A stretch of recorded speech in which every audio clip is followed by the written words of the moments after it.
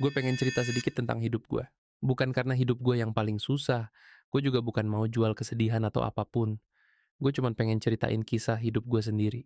Tapi mungkin ada satu dua bagian yang bisa bikin kita sama-sama merenung. Nama gue Abdullah Ginastiar, gue lahir tahun 2005 di keluarga yang sangat sederhana. Mama sama bapak gue bahkan gak sempet ngerasain pendidikan yang layak. Mama pernah cerita beliau cuma sekolah sampai SD. Itu pun gak tamat. Bapak juga kurang lebih sama. Mereka lahir dan tumbuh di keluarga yang serba kekurangan. Bahkan kata mama, waktu mereka nikah dulu, mereka benar-benar mulai dari nol. Nggak punya rumah, nggak punya tanah, nggak punya tabungan.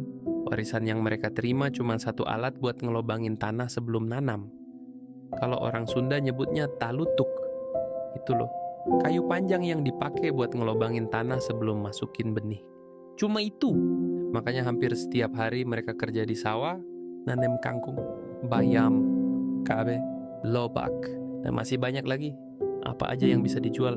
Mama juga pernah cerita, dulu makan bakso atau daging itu rasanya mewah banget.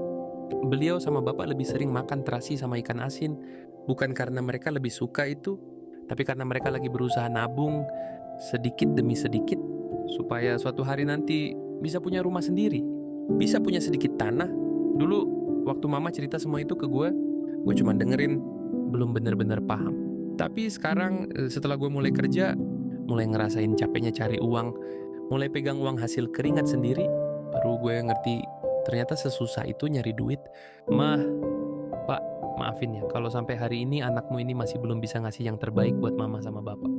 Baru sekarang gue sadar, ternyata ada orang tua yang rela nahan keinginan bertahun-tahun, bukan karena mereka nggak pengen hidup enak, tapi karena mereka lagi nyiapin hidup yang lebih baik buat anak-anaknya.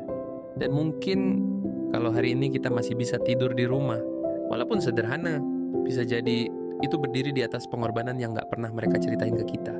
Di atas rasa lapar yang mereka sembunyiin, di atas keinginan-keinginan yang mereka kubur demi masa depan anak-anaknya. Kalau lo ada nggak satu hal tentang orang tua yang baru bener-bener lo sadari setelah lo mulai dewasa?